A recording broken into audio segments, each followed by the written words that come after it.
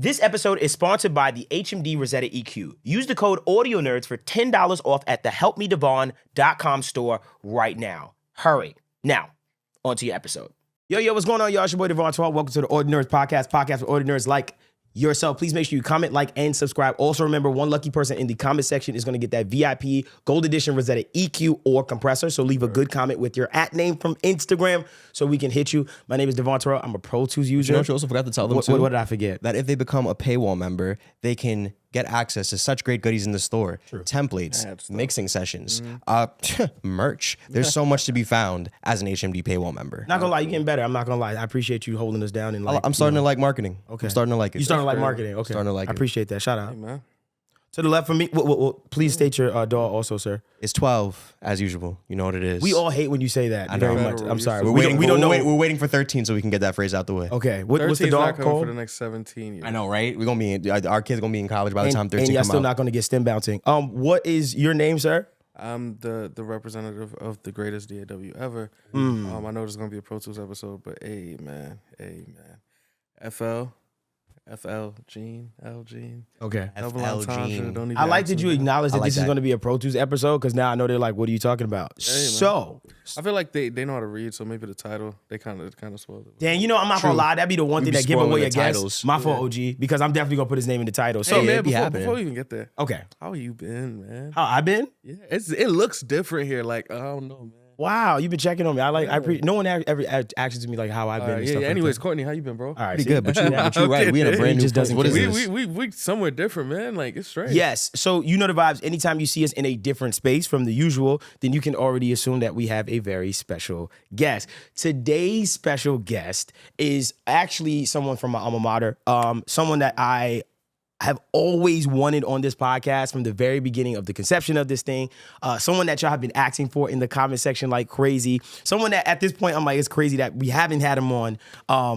Ladies and gentlemen, I mean, records on records, hits on hits. Your favorite artist, on joints. everybody in the world. Somebody, to me, it's what I call your engineer's favorite engineer. To be honest. Plugins on plugins, but on- not really that not many really plugins. that many plugins. Minimal, keeping it. Sexy plugins on sexy plugins. That's a Yes. fact. Ladies and gentlemen, we have Leslie Brathwaite. Everybody Let's clap it up go. one time, man. Thank you.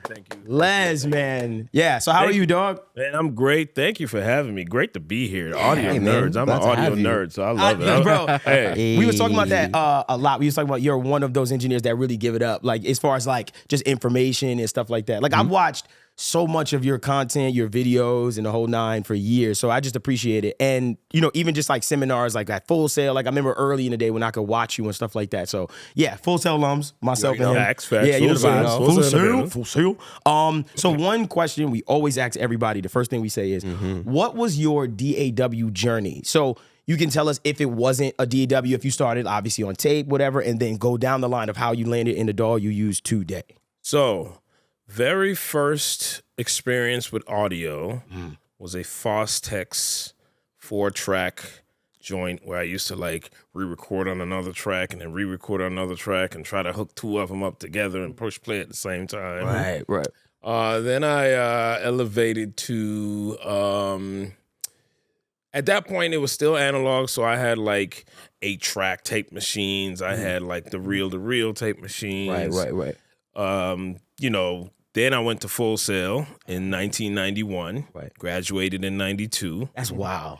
And still on tape. We were analog, still learning all the analog concepts. Got out of Full Sail, got into studios here in Atlanta, and we were still using tapes. We were splicing tapes. I'm from that era of like, We was I splicing got tape. cuts on my hand from splicing tape, all that. Right. And then my first DAW, so I would always dabble in the production space. Okay. And I have some production credits along my career, but I would always dabble in the production space. The first DAW I think I really messed with was Cubase. Gotcha. Okay. And then met Raphael Sadiq in the early 90s, and he introduced me to Reason. Wow.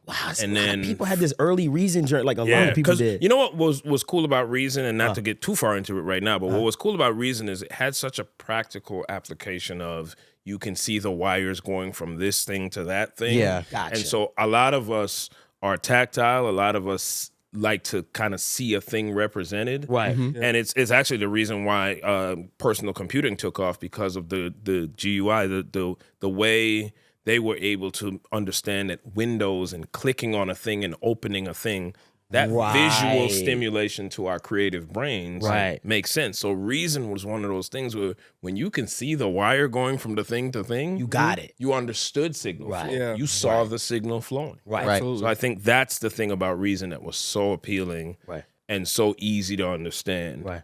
And then from Reason, I jumped into Pro Tools. Gotcha. So you went from Reason to Pro Tools. Because Pro Tools became a thing, and by that time, my engineering career, you know, we start moving into, I think the last console I really worked on was a SSL J9000. Oh, shoot. And then Pro Tools started picking up. And then, again, Sadiq, later in the 90s, I was working with Sadiq. We were working on a TLC song. And Sadiq was like, you got to get on this Pro Tools, dog. It was like 95 or 96. Okay, it was still pretty still early. Yeah. But Sadiq he's always one of those early, I'm on Adopters. early stuff, I'm going to put you on. Right. He was like, get on this Pro Tools. Man. Right. And that was it from there. Yeah, and then Wow. so. That is wild. Yeah. You know, Insane. you know, one thing I say is, as far as the Reason thing, I never thought about it like this, but it does have a familiarity as far as the analog domain Yes. with everything kind of like, you know, connected. You would flip it over. I think you could flip it over and just see the back and do it. Yeah. I would see producers using it, and I'm like, oh, they know what they're doing. Yes. You know what I mean? Like type of thing. So honestly, we've had like my guy Mars on, a bunch of people that use it, and I always wonder like, yo, what made y'all use Reason? Like, for I some think reason? that's what it was. Okay, it was okay. familiar to us, and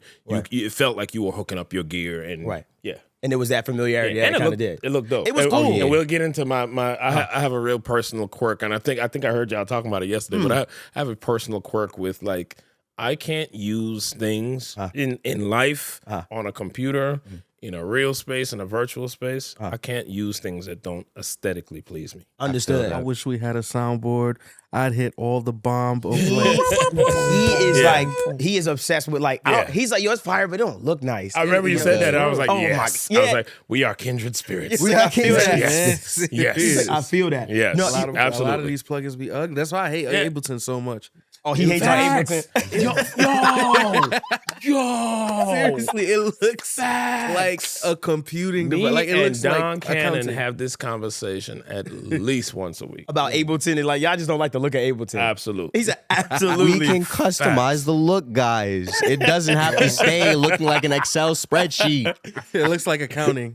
Quick question Yeah. on your Pro Tools: are you in dark mode or are you on light mode still? Dark mode. Okay, cool. Absolutely cool. dark mode. Yeah, I feel like yeah, dark mode is just easier on your eyes. Yeah, Easy on your eyes. You know, yeah. it's way easier. On Yeah, your yeah, eyes. yeah. And it looks cool. it looks better. And you, because remember we using light mode for years. What, by the way, if you're still using light mode Pro Tools in 2024, you might be a serial killer. And let me might tell you be. what I used to do. And I've been doing this. I learned this a long time ago, and I learned it by mistake. One day, this is back in this is when Pro Tools used to crash all the time. So this Okay. is like early 2000s. Right. This is like even before my Cash Money days. Right. I always think of my life in terms of projects. Right. Okay. So I remember one time I was fumbling on the keyboard. I might have been drinking something, almost knocked the drink over. So I fumbled to grab the drink out the way, hit a bunch of keys on the keyboard, and flip my screen to the negative. You know how you could invert your screen? Yes. Yeah. And I was like, how did I do that? Right. And I'm calling all my engineer buddies like, Corey Anders, hey, you know how to invert your screen? Because I didn't know how to do Go it. back. So Yeah, I'm right. like,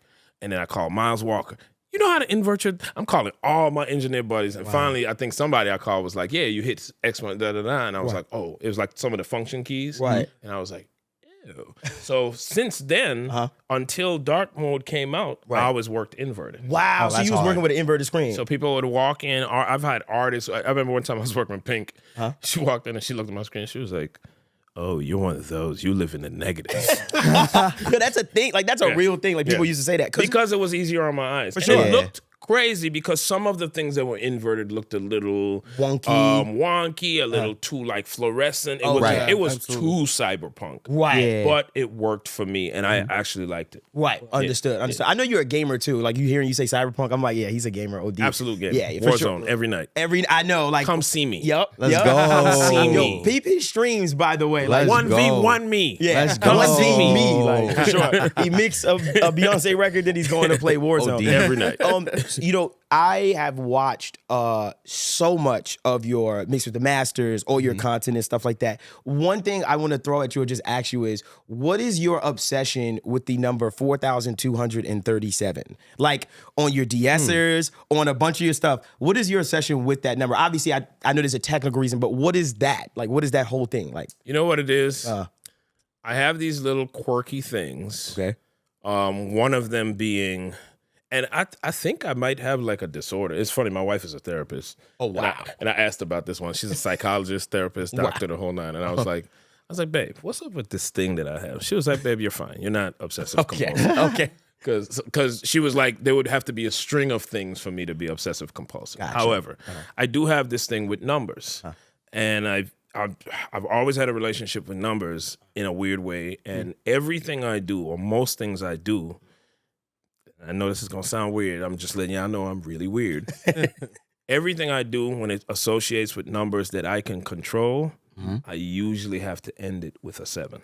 So, for instance, and this applies to everything. So if I'm pumping gas, I can't stop pumping until I stop on the last number has to be a 7. Wow. Okay. Gotcha. Just a thing. Just a thing. But then I realized it actually became helpful because when you see my plugin settings and everything, my ratios, my dial-ins, everything is set to the closest increment of 7. Right. I can easily look at a session and go, oh yeah, those are my plugins. I did that. That's me. Da-da-da. So that's just one of those things that it became useful, but it is a weird, quirky thing. And we all got weird, quirky things that some of us don't want to admit. Right. But I'm open with mine. I got a 7 problem. A 7 problem, though. That is, Zaire, please clip to his 7 problem. That's fine. 7 problem. Yeah, I remember you bringing that up, and you was like, yeah, I just know it's me if I see these numbers. So here's the funny thing. I got that from you, right? I'm talking a million years ago. So I was like, so I had like certain presets with my deessers and stuff like that. I just was on 4237 default. And I remember one time you actually had brought it up. Like, unbeknownst, you never said it before, but you brought it up. Like, I know when it's my plugin when I see this number. And in my head, I was like, oh shit, I feel like I stole him. Like, he'll know. I was like, oh, he knows. Like, oh, this is from me and shit like that. I've had a lot of people tell, excuse me, one pair. Excuse me. Oh, good. I've had a lot of people tell me that they've used that number since then. And it's a universal number. Sure. So it's not like a personal thing. Like, there are my 7s. Right. It's whatever.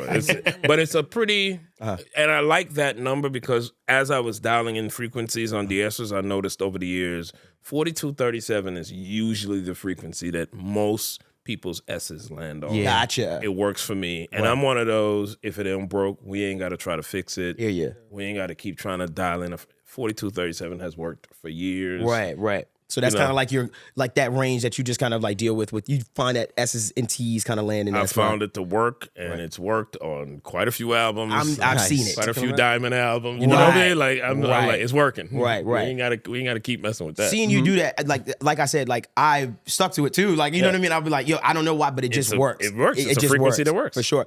Another plugin that I see you use a lot, and I just wanted to get your opinion on was that Legacy Fairchild from UAD. So I've seen you use it for, volume and like tone and stuff like that. Sometimes you're not even compressing with it. What is like your whole thing with that Fairchild compressor? And I think I heard this mentioned in what we were doing yesterday, but one of the things about plugins, a lot of times, and you'll find this with a lot of engineers, we don't necessarily go for the thing that the plugin does. We just like the texture. There's something about the way the Fairchild processes that signal.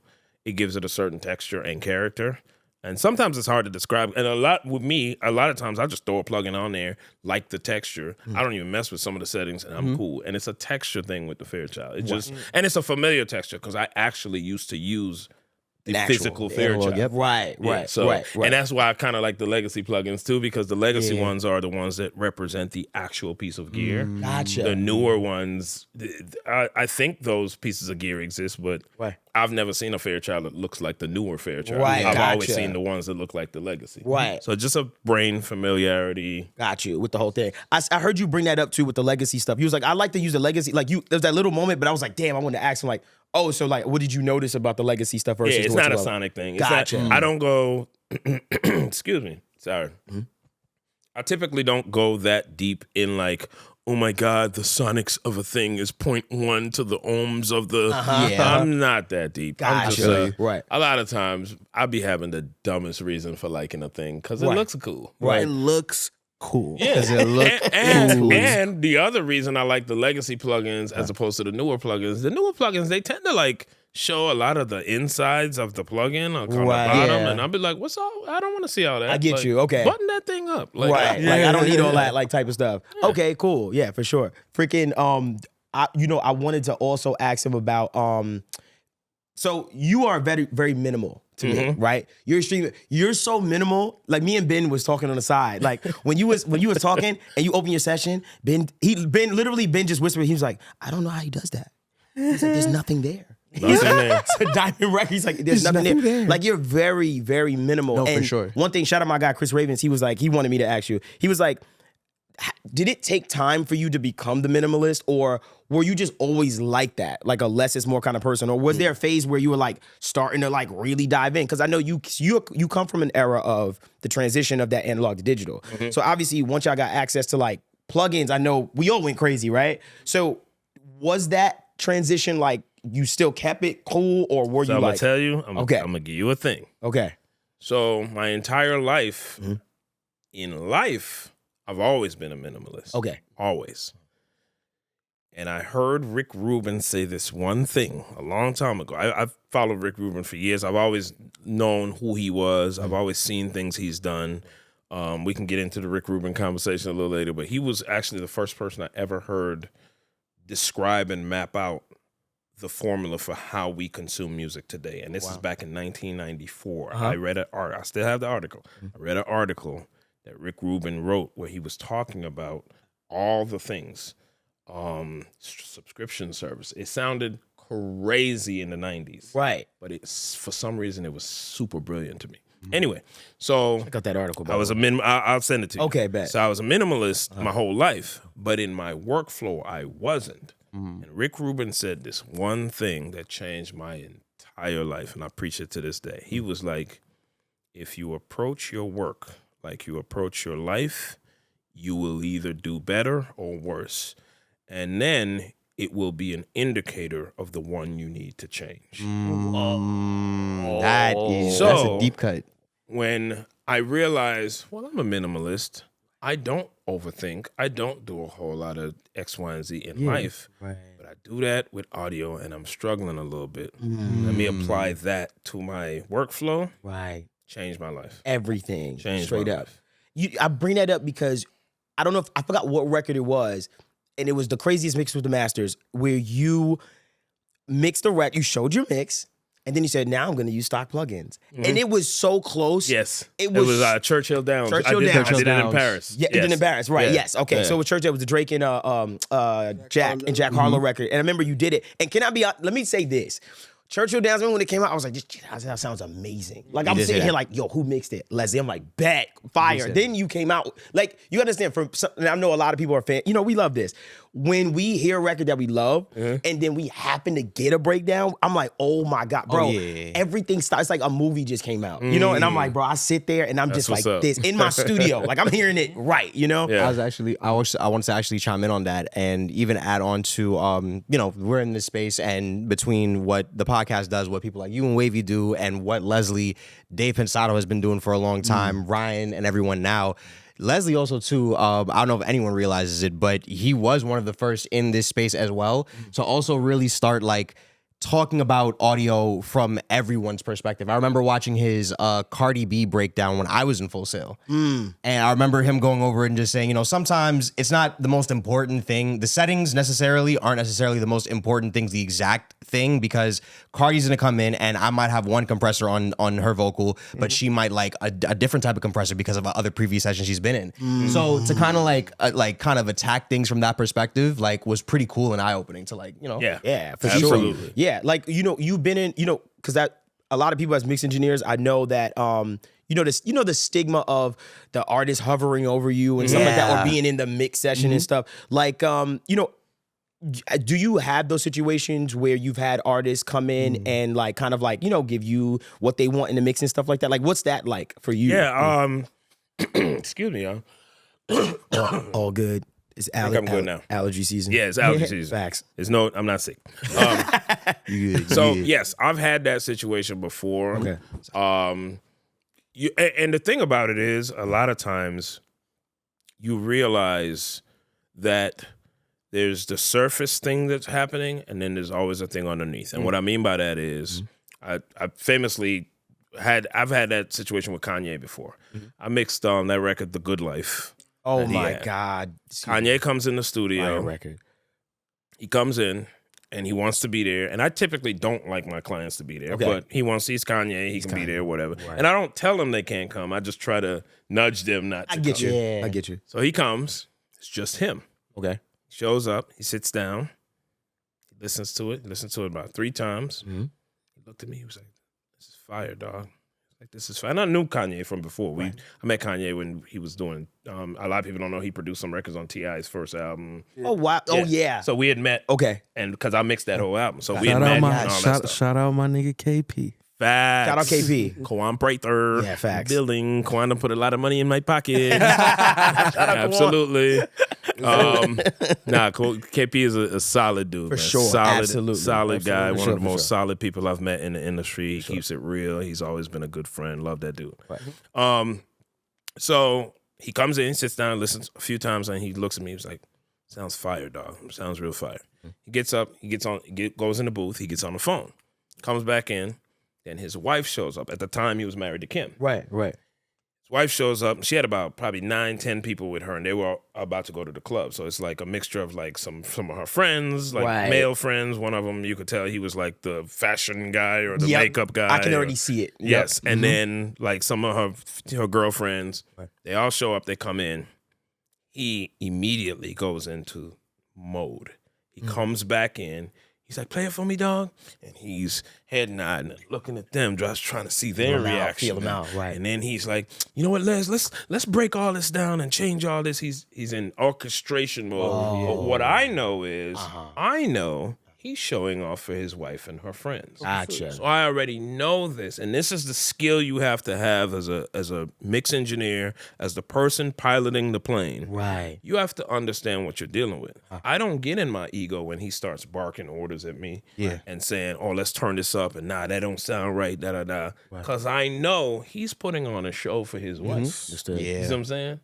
I get it. Right. So I'm right there with him. Okay, cool. How about that? Cool. Yeah, and then he gets on the phone. "Yeah, I'm just down here with Leslie. I had to come get this mix right and da-da-da-da-da." And, all the things. Right. The typical engineer gets bothered by all of that. Me? I'm cool. Because I know what's about to happen. And exactly what I knew what was about to happen happened. Right. Him and them left. They were like, "We're going to the club, babe. I'll see you in a minute." Cool. Right. Soon as she walks out and he goes, "Wait, I'm gonna come with y'all. I'm gonna ride with y'all." They all walk out. He doubles back and comes over to me and sits down, whispers in my ear, "Hey man, just print what you had when I first got here. It was good." Wow. And I knew it. You command Say Daz a whole nother session. Say Daz already. Did I? The name of the session was before Kanye, after Kanye. BKAK. Yes, I already knew what it was. Right. And I know that about him. Right. And it's the thing with a lot of artists, you kind of know when they're giving you feedback because they're trying to show off. Usually you get the most honest feedback and honest reactions from an artist when nobody else is in the room. Got you. Usually when they have an audience, you can almost bet that some of what they're doing is showing. It's showing, right. And you are very aware of that. Absolutely. Like of rip and stuff and like that. And I don't let it bother me. I don't, I just be like, "Hey man, do what you gotta do for your people." Right, like, But I know we're going to get the business. Because I know what I'm about to print. Right. I know what I'm about to print, and that's I'm it. cool. So just to everybody know, there's a Good Life mix there's a whole other mix out there with just like the snare is a little louder and the synth is a little down. Yeah. Yeah, that's awesome. Because the reason why I brought that is because I've also heard you talk about like CARDI, for instance. I feel like you were one of the people that made us realize how detailed and serious of an artist Cardi B was. Because I remember when you was like, "No, Cardi's very particular about A, B, C and stuff, and she knows what she wants." Like you've explained that. So when it comes to someone like Cardi B, like with how she's ever changing and going about things, like how was that experience with her, like kind of working in the studio and stuff like that? Because the thing about Cardi is she is very detailed. She knows what she wants. The biggest speed bump and the thing why she and I clicked very early is because she does not know how to articulate what she wants. Gotcha. And she doesn't speak in the space of nerd talk. Right. She doesn't know what and I can tell you a short story if you don't mind. Please. No, so please. When I first met CARDI, I knew who she was from the reality shows. Sure. But then Daryl Jones from Atlantic hit me up one day. Daryl Jones. Yep, shout out Daryl. And Daryl said, Les, I need you. And usually when people call me with like the bat phone tone, like Guru, like we'll get to that story. Yeah, please. Yeah. But when I get the Les, I need you, okay, I know it's a mode. So Right. then he goes, all right, so we signed Cardi B and we need her album mixed in a week. We know you can do it. We know you work with females well. Right. And we got to do this like ASAP. Please tell me you don't have anything on your schedule right now. Right. And we got to go. And I said, yeah, I'm good. Right. And he said, okay, Craig Calvin, me, Cardi, Lon Ray, we're all coming to Atlanta tomorrow. Can you start tomorrow? Yep, I'm good. Right. So they flew into Atlanta. Then I find out when she gets there that she's pregnant. Wow. So that's why they were rushing, because they needed the album mixed. They wanted to put it out, shoot all the videos that week before she started showing to us. Wow. Cool. Okay, gotcha. So they came to Atlanta. She walks in the room and she said, before we get started on my album, she had just did a thing for a Canadian TV station. Okay. Guy in Canada mixed it, and she said, this is really fucking with me. This is really, can I curse? Sure you can. Yeah, we're adults. It's all audio engineers. You're Family show. It ain't no family show. Fuck them kids. No, I'm just playing. Somebody's going to timestamp that and put that in the comments like, yo, Leslie said. No, they know I love them. Of course, you're good.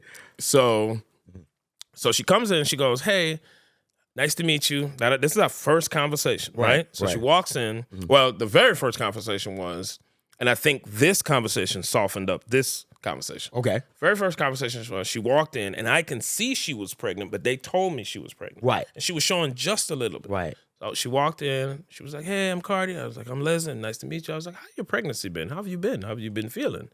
And she darted back out the room into the big lounge, and she said, she goes off of everybody else. She was like, fuck all of y'all, because I just met him, and he asked me how I'm doing, and none of y'all asked me how I'm doing. Fuck you, bitches. And she was like, but she was joking, but she was, it was her way of saying, I like him. I like that guy. That's that was her way of saying, right. So then she comes back in, and she was like, I have a problem that I hope you can help me with. Mm-hmm. So a guy mixed a record I think it was in Canada, and she goes, there's something about this mix I don't like, but I can't tell him. I don't know what. Communicate it. Right. I said, well, let me hear the mix. And she played it.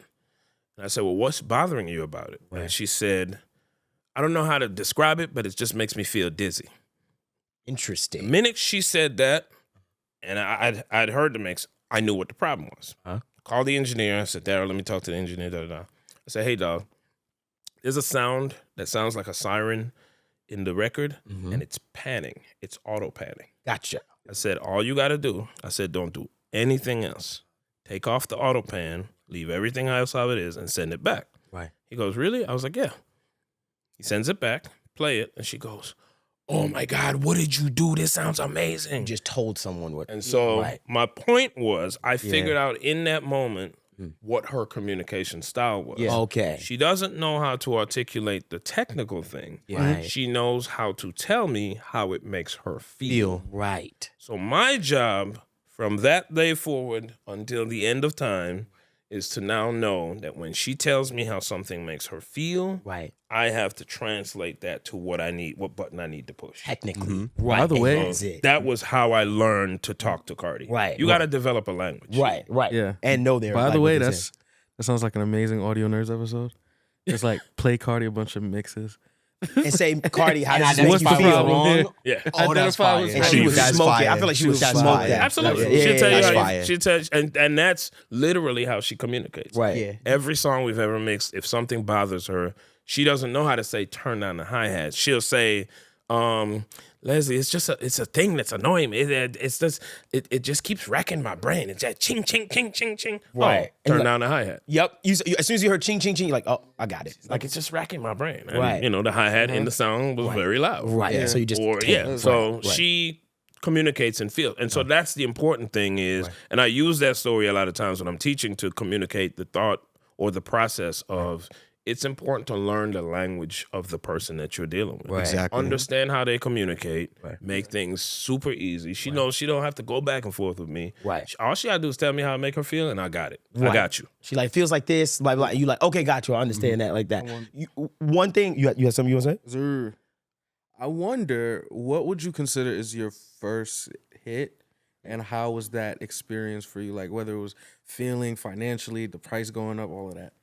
Oh, my first hit. Very first record I mixed. And there's a short story and there's a longer story attached to it. But Okay. I'll tell you the short one first, and then you tell me if you want to hear the Gotcha. long one. Gotcha. Which will probably happen. Right. Okay. And then you can edit later. Nah, let it fly, bro. Yeah. Yeah. So I was Dallas Austin. He had signed Monica. Okay. And so they recorded a bunch of songs. And what I used to do as I was the recording engineer. Yeah. Right. What I would always do is they would record and then go to the club. You know, Dallas Austin, K Wells, all those guys used to Right. go to the club and hang out. Uh-huh. And I would sit back in the studio and then do a rough mix so that when Dallas comes back, I could hand him at the time it was cassettes. I would hand him a cassette Right. so that his cassette could be bumping in the car and he could really listen to it Right. and get into it. And I didn't have a motive. I wasn't trying to mix his records. I was just trying to do my job the best Right. I could do, which is I recorded it. Right. I got to make him a fire rough mix Right. because I want him to really love the song and bang out. Right. Made him the rough mix, and then Clive Davis, she was signed to to Dallas, which was a piggyback deal from Arista. Right. Yeah.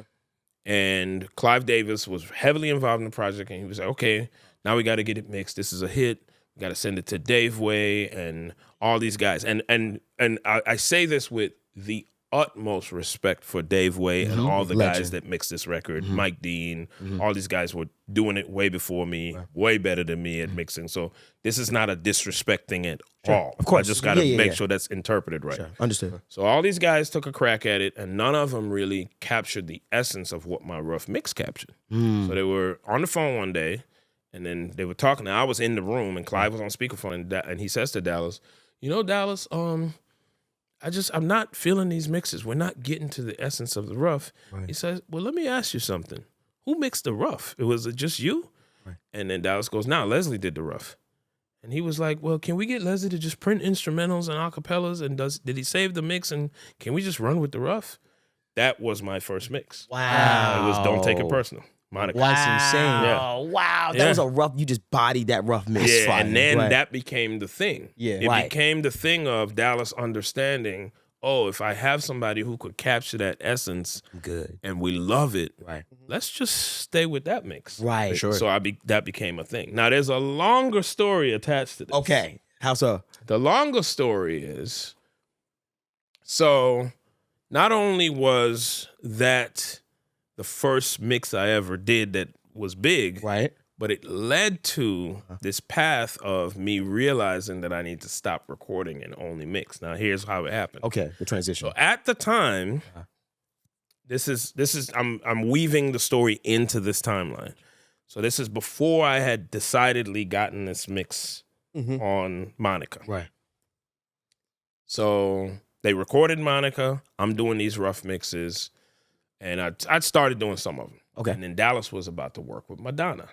Right. And I'm his recording engineer. Right. So I'm like, oh shit, I'm getting to work with Madonna. This is amazing. Right. It's 1994. Right. At that 1994. time. To be clear. Yeah, right. 1994. 94, Madonna. You know. Wild. So then the guy who, and I don't want to say his name because I don't want it to come off as problem. disrespect. Of course. And he passed away, but that's a whole nother story.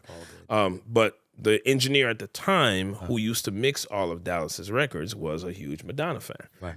So he was like, well, I want to bump Leslie off the recording sessions because I want to record with her. So he wanted to Gotcha. get the time with her, right. Because when you mix, you typically don't see Right. the artist as much, Right. right? Right. So I got bumped off the session. I was bitter about it for about 5 minutes, and then I was like, you know what? It's all good. Right. I'm just grateful to be here. Right. I'm happy to be here. Right. You know what? It's cool. Right. He's a lot higher ranking than me. I Okay. get it. You just was like counting it to the game, chalking it to the game. Like, It's okay, all, cool. it's paying my whatever. dues. So I got bumped off the Madonna session. So I said, let me go in Studio C, which is one of the smaller rooms, Right.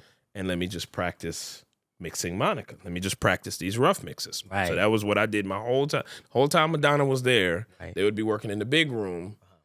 with the other engineer, and I'm just practicing my mixes. Right. One day I'm in there, and Madonna walks in the room. Okay. It's just me. Just randomly. And you turn back like, okay. Yeah, just me. Right. Just doing rough mixes. She walks in the room. She's like, oh, hey. I was like, hi.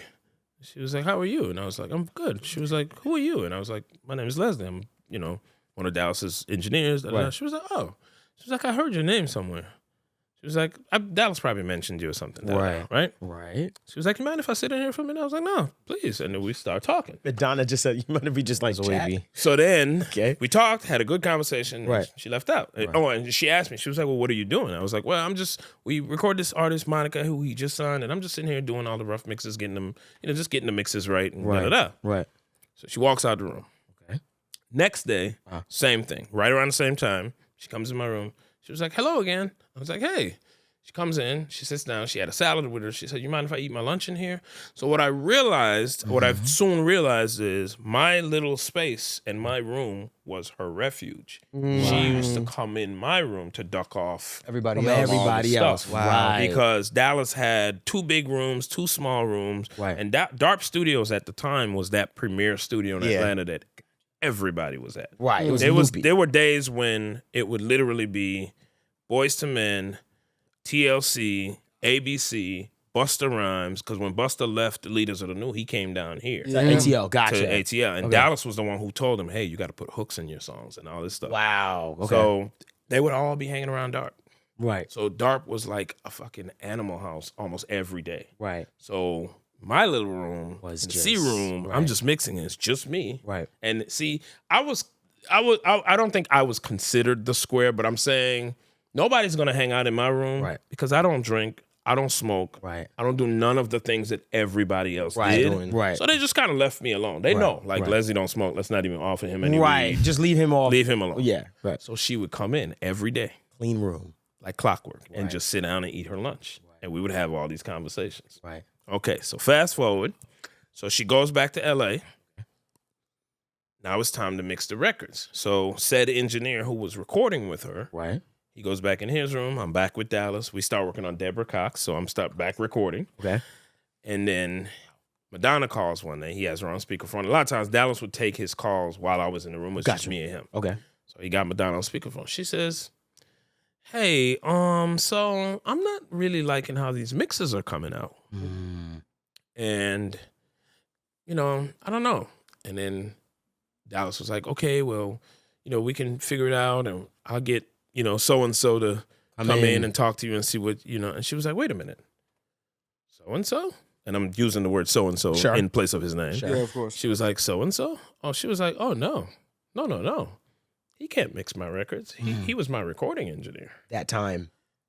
Light bulb went off right then. Right. Right. So she was like, oh, he was my recording engineer. He can't mix my records. Right. Mm-hmm.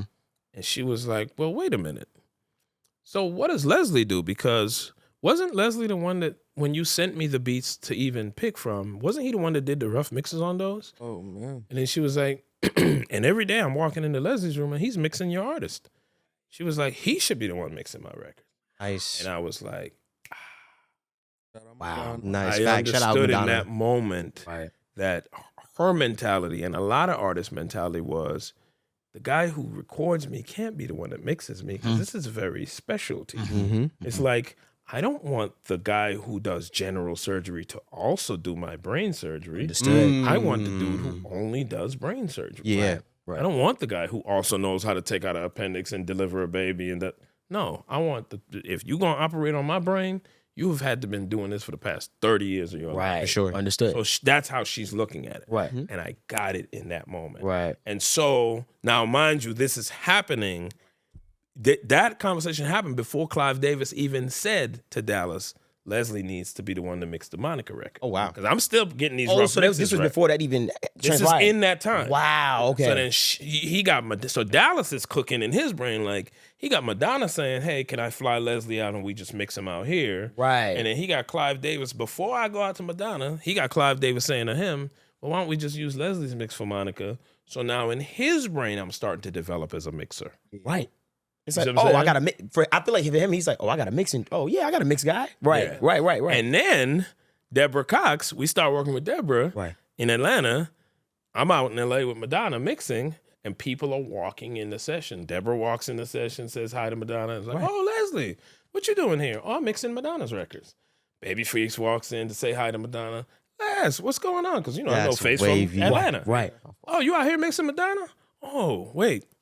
Can I fly you to Tahoe afterwards to mix these TLC records? That's hard. That's fine. You see what I'm saying? That's hard. It just kept going. And the blessings kept coming. Since then, Right. snowball. Yeah. Down the hill. That was it. Everybody calling. Oh my gosh. Yeah. Shout out to Atlanta. Yeah, shout out to Atlanta. Yes. Wow. So oh my gosh. So you mixed the Madonna records and that everything just started to snowball. So Madonna first and then the Monica record? Like that, like so you was doing the Yeah, but the Madonna records didn't come out till later. Right. The Monica record came out first. And Right. then But you I already mixed, were working on Power of Goodbye. I mixed a couple other records from Madonna. Got you. But, yeah. That is Ali. insane Yeah. to me, Yeah. dog. Wow. And things just started to snowball from there and that was Yeah, it. because then the Madonna look puts me in the eyes of a lot of different people. So it didn't only just do that for the people who knew I was mixing Madonna. Right. Then it the Madonna stuff kind of established, oh, okay, this guy mixes, and he not only mixes, Southern Atlanta R&B. R&B, yes. Right. He can mix other things. And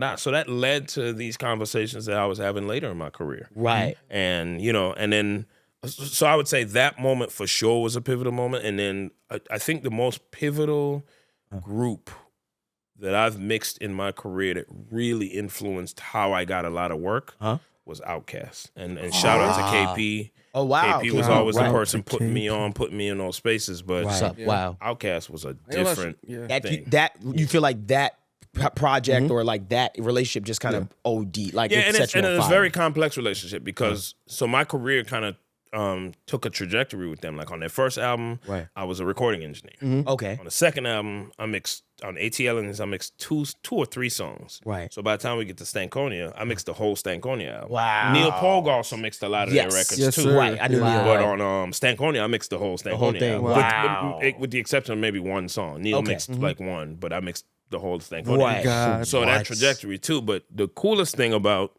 anything I've ever mixed for them was So Fresh and So Clean. Wow. So How that did he- record how- yes. was probably the single. That record and Happy were the two records in my career where everybody was saying they got me to mix their records because of those mixes. Right. Was happy and you said so fresh and so clean. Yes. Can I say something about both of those mixes? Especially happy. When I listen to that happy mix, it is so calm. It is so balanced. It's like the transients are like, I'm hitting, but like cool. Like And very minimal plugins. I remember, so I did I did a mix demo. yes, you did. I did one at Berkeley, which was interesting, at Berkeley College of Music up in Boston. And shout out to Prince Charles for bringing me up there. So I go to Berkeley. And we have this whole auditorium, so there's a ton of students in there. Yeah. It was students in there who wasn't even in their engineering program. They just wanted to see the guy who mixed Happy and how did it work. Oh, wow. Right. Had it on the big screen, open up my computer, and I put Happy session up, and everybody in that room was like, Gasped. Imagine. it was like, Come on, bro, what you hiding? Bro. No, for I real. actually had a couple questions too. Like somebody goes, so we know you can't tell us all your secrets as evidenced by you're not showing us all your plugins. I said, no, I am. Right. I said, no, this is the mix. Right. I'm honestly showing you. And they couldn't do that. One dude, he did not believe me. Right. And I was like, no, this is my mix. He was like, there's no way. He was like, you've had to have had other stuff on that mix and you're just not showing us. I was like, He's like, nah. And you That's show your insane. Apollo. I was like, yeah, I just used mine. Like, yeah, my Which is crazy. Yeah. That's fire. so that's one of those mixes because I think, and because of the magnitude that song reached, massive. I think it's a hard thing for people to understand. Like, yeah, you only use how many plugins? It's too unbelievable. Like I just seen you do like, even with the vocal, like just taking out some AK. Like I just see you just doing certain things like, yo, I'm just taking out a little bit of that. I just felt like this was a little too harsh, I felt the drum. Bro, like I've watched that record get mixed and mastered. Yeah. Because I forgot who mastered, was it Lud, who mastered it? Do you remember who mastered it? Yes. I forgot was it Bozzy? Was it Mike? No, he was at, what was the name of their master? Oh my gosh. I forgot their name. It's going to come to me. Ludwig. Yes, Ludwig mastering something. Sorry, I forgot his name at the moment. But I watched him mastering it and just watching the little things he did. I couldn't believe. So what I did was I saw that first. And I was listening to the mix, and he did like 2 things. He was like, I'm done. He said, Leslie, it's great. Like, I didn't have to do much. Like, he ran it through a few things, and that was it. So then I went to the mix. I was like, oh, he bodied the mix. They didn't even have Lurson. to do it. Is it Lurson mastering. Gavin Lurson. Yes, Gavin Lurson. Gavin Lurson. Thank you. Shout out to them. I'm a big fan of them as well. His name just came to me. Right. Gavin Lurson. Hey, man. I think it's time we play a game, brother, man. Okay, cool. Let me just finish this one thing about him, and that's it. right. Like, when it came to that, I was really blown away by how minimal it was, because I thought the same thing. I was like, he OD'd, like, with all like the pianos and stuff, and it was extremely minimal. Yeah, no, make it bang. Just make it bang. And that was it. Go ahead, you go off for it, bro. Hey, man, so we're going to play a game with you. Uh-oh. All right, it's going to be a quick fire, rapid fire. One got to go. So I'm going to give you 2 options. Just pick one. Okay, I could do this. All right, let's start off with Waves plugins or UAD plugins. Ooh, this is harder than I thought. Off rip. Waves. Wow, so Waves, you stick Waves with gotta go. Oh, Waves gotta go. Yeah, yeah. he's a UAD guy. Ooh, yeah. He's a Waves UAD gotta guy. go. I knew he was gonna pick that. That one. ain't easy. I don't want you to Right. say I'm saying, oh, Waves is trash. No. right. That's Listen. a hard one to do, but I think I can accomplish what I can accomplish because a lot of the plugins I use have a UAD version. Have a UAD version. And I would rather still have access to things like the Little Labs Voice of God. I'm about to say that Little Labs Voice of God. Please let us I have still it. got to have access to that. I Right. still got to have access to the Precision EQ. Yep. There are things that Waves doesn't do. Yeah. Either they don't do or they don't do as well as UAD that I'll be willing to switch over. Like, I use the Waves SSL, Yes. but I would switch to the UAD That's SSL. funny. Got you. Got you. I was about to say the SSL channel strip versus the Precision EQ. Which one gotta go? The Precision EQ got to go. Wow. I'm so Because I surprised. use the channel strip way more. Way more. Got you. I love the Precision EQ. Right. But I use the channel strip way more. And the channel strip is more of a utility than the Precision is. So I would have to I would have to stay with the SSL. Can I ask him a question about that SSL? So on that SSL channel strip, there's a move that you showed me that when I was like probably full set like years ago that I seen you make, and it opened my mind. Like I was like, oh my God, I can do that. You went to the bottom pot and you did I seen you do this so much. You would go to like 200 hertz or one of those places, and you use that shelving and you just take out like, I seen you do like 6-7 dB one time. And I remember sitting back like, and it sounded amazing, and it got all the mud, all the clarity, everything opened up. So for me, you made me actually investigate when I was younger the actual EQ curves, because I was trying to do it on like a regular EQ, and I was like, wait, it don't sound the same, and I understood. So, like, where did you develop that kind of ear for knowing like, hey, I'm trying to clean things up in like this range in particular? Like, you do that a lot. Yeah, because what I realized early in messing with sound, and I think I actually realized this even earlier. Before I was at Full Sail, when I used to mess with my little drum machines and beat machines and Fostex, you realize that if a bunch of sounds are playing together, what makes them sound really good and harmonious is when only the important things that you need to hear are really shining through. And a lot of times, if you have a lot of low end on a track and then you got a vocal with some low end in it, your mind is telling you, well, no, I got to leave the low end in for the grit, da-da-da. But all you can really hear is the mid and the highs. So let's get rid of the lows to stop cluttering up that frequency. Same thing with reverbs. A lot of times I'll roll off the low end on a reverb because really your brain just wants to understand that it's space. Right. Your brain don't need to hear the low end in the reverb. Right. It just doesn't wants to hear. process that. a lot of Right. times. So just the space it wants to hear, and that's So it. I think it's just that concept of understanding, like, there's certain things that don't need to be here. I'm one of those people who you will be surprised how cleaning up things that you don't necessarily see can make a space look cleaner. Like, I'm one of those people where if you look behind my TV and behind my setup, all the chords are going to be organized and wrapped correctly and da-da-da. Right. It drives me nuts. Like, if you see a beautiful setup Right. and then you look behind it and everything look like chaos, Right. it drives me crazy. Right. Even though you can't see that, Sure. I need that to be clean too. Right. Because it just adds to the presentation. So get it's that. like, it's the same thing with audio. Even the things you can't necessarily hear need to be cleaned up. Gotcha. Add to the overall cleanliness of the record. thing. Yeah. Gotcha. You continue, my brother. Waves tune versus auto tune. Waves tune definitely got to go. I just wanted to hear. Yeah, I was I ain't like, gonna lie. I just That's wanted not to hear even that. yeah, that's not even a question. That's not a He's good one. With Shout respect, out. He's I an really, ass. I really That's like not it. hard. Unless you're Ben Thomas and you're mixing Friday. Right. Just throw that out there too. Big studios versus intimate spaces. Big studios got to go. Interesting. Yeah, I would assume that with yeah, you too. absolutely. Yeah, and you've worked in obviously big studios. Absolutely, like but early. I love working at home. I love my little makeshift spot that I got at home. Yep. I mixed a couple records in my Cadillac before. Oh my dude! I just Yeah, remembered. please tell us about that. Oh, that was like a classic thing. You in the In the truck. in the truck. That truck that's right outside. That Wow. white Escalade that's how right you out there. had the setup. So let me tell you how that started. Please tell me how that started. Yeah. So, of course, it's COVID. COVID started. Right. You know, the quarantine. So literally, first week of quarantine. It's probably like the second week of quarantine. Okay. So my kids are at home. They're all figuring out how to go to school from home. And Right. you know, Right. my wife is at home. She's working upstairs in one corner of the house. Uh-huh.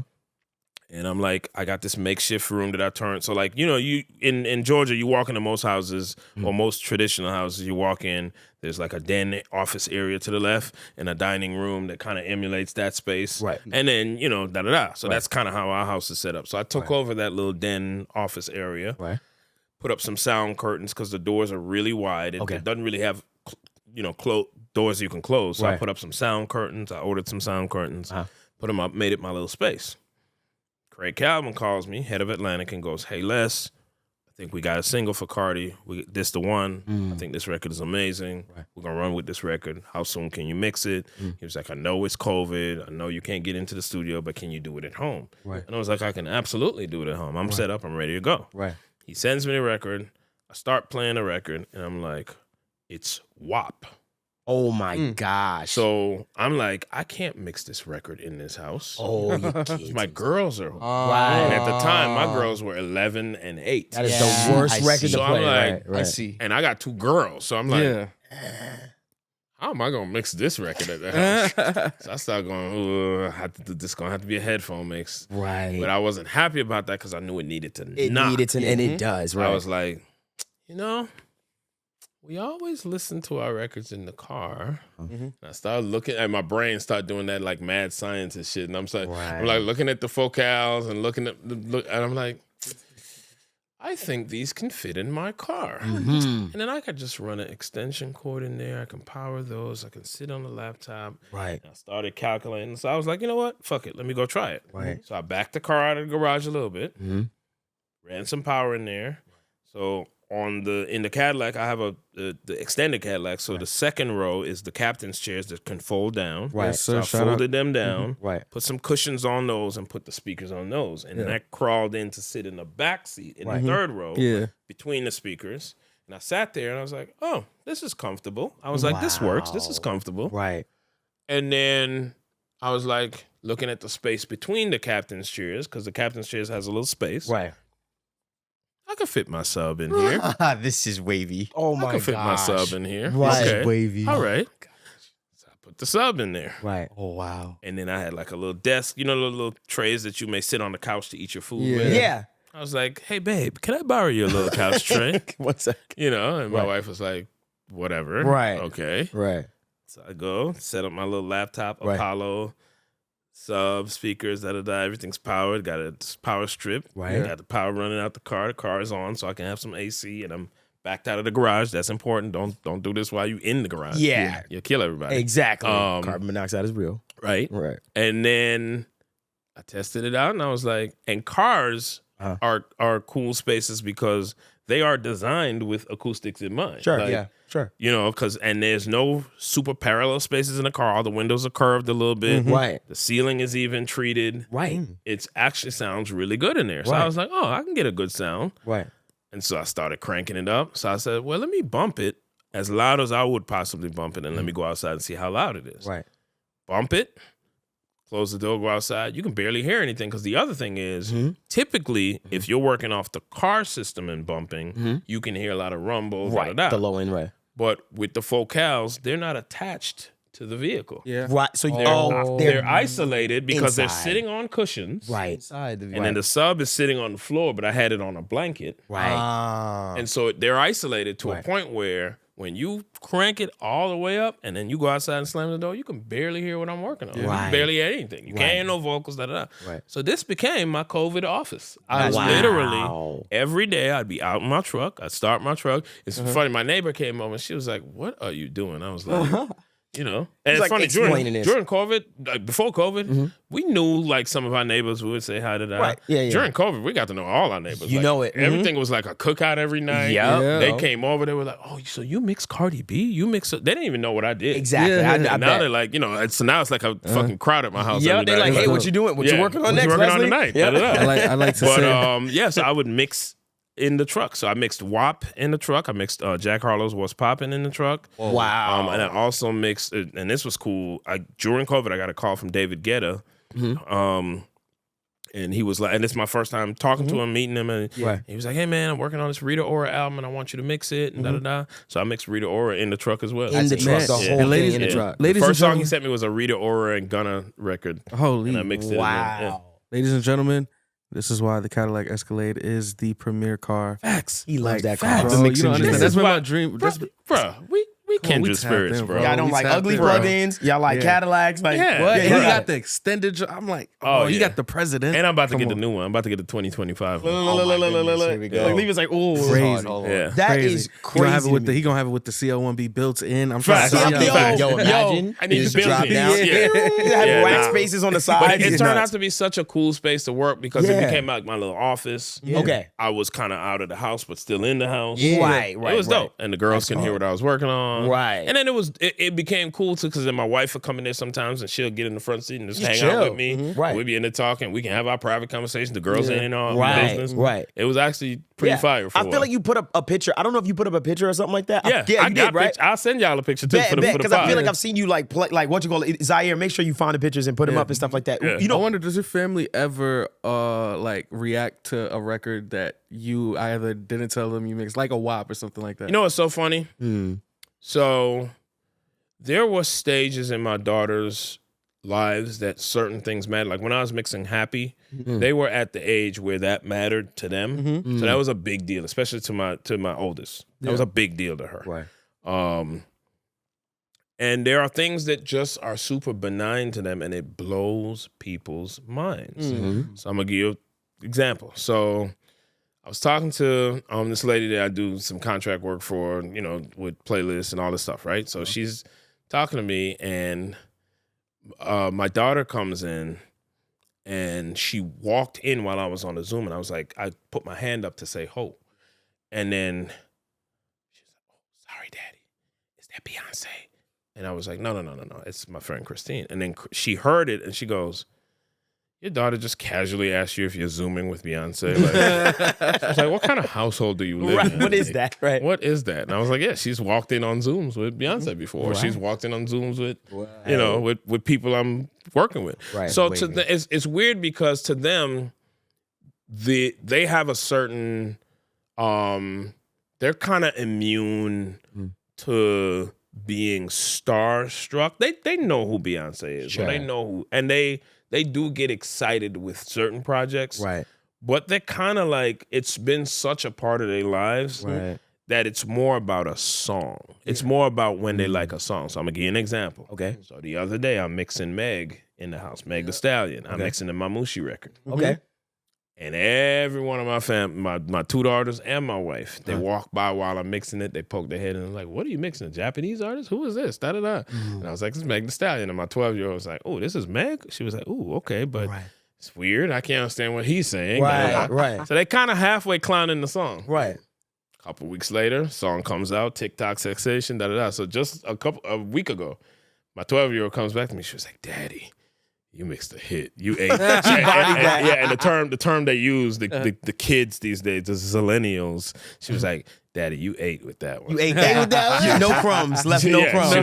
She was like, you ate. Yeah, you I was ate like, that. all right. That's what's up. So they get hype when they realize that they're part of the beginning of something that becomes a hit. Yes. Right. They get excited when they see it become a hit. Right, because to them it's like, I was there. I saw that like come to fruition and stuff Which like is that. insanity. And they do get excited, but they don't get excited that you like the way you would think. Like when I mixed Beyonce, Cabo Carter, I mixed some of those songs at the house. Right. They were walking in and out, and they were like, "Oh, you're mixing Beyonce today." Like they wasn't crazy. like super excited about Right. it. Yeah, they understand. Because So they the get more connected to the song, like you Yeah. said. So the Right. people I be talking to, like the young lady Christine, who I was talking to, she was like, "So your kids just be walking around when you're mixing Beyonce, and that's normal, and nobody cares." And I'm like, "It's just normal." This is their lives. She was like, "That's That's wavy. wild." That's crazy to me. Yeah. You know, one thing I did want to ask you is, and I'll be honest with you, when I first, and I'll go back to something a little technical, WAP, right?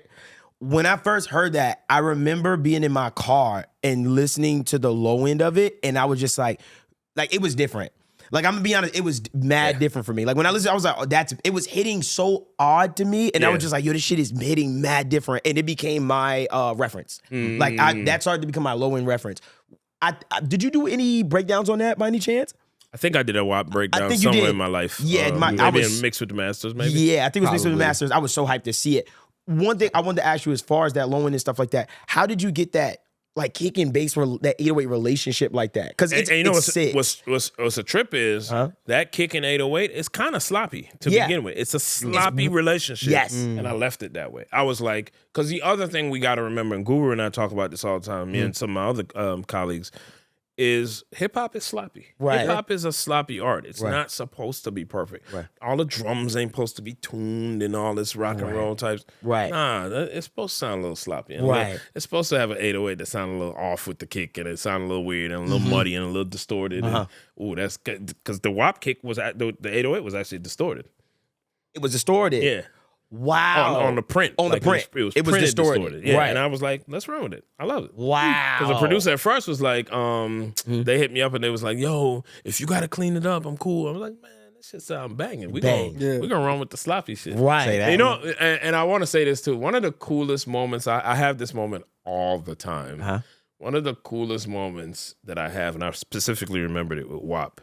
So WAP comes out, great, and it's still in COVID. So, COVID started the era that I'm currently in, that I'm never leaving, which is I get everything delivered to my house. Like, Oh my God. groceries, Uber Eats. Hear ya. We got a laundry service that comes and picks up our clothes and drops them off on the balcony. Like, I go crazy with Now, right. because I don't people. Like, I feel like that. people. I understand. I'm an introvert Right. at heart. Right. I really don't be out. Like yesterday, Right. me being around all those people at Mix Nick, that's done till December. Your social battery is said, like, it's- I'm done. It's depleted. Hear you. And yeah. Hear So you. Hear you. and so I love all the services. So Right. it's the coolest moment ever.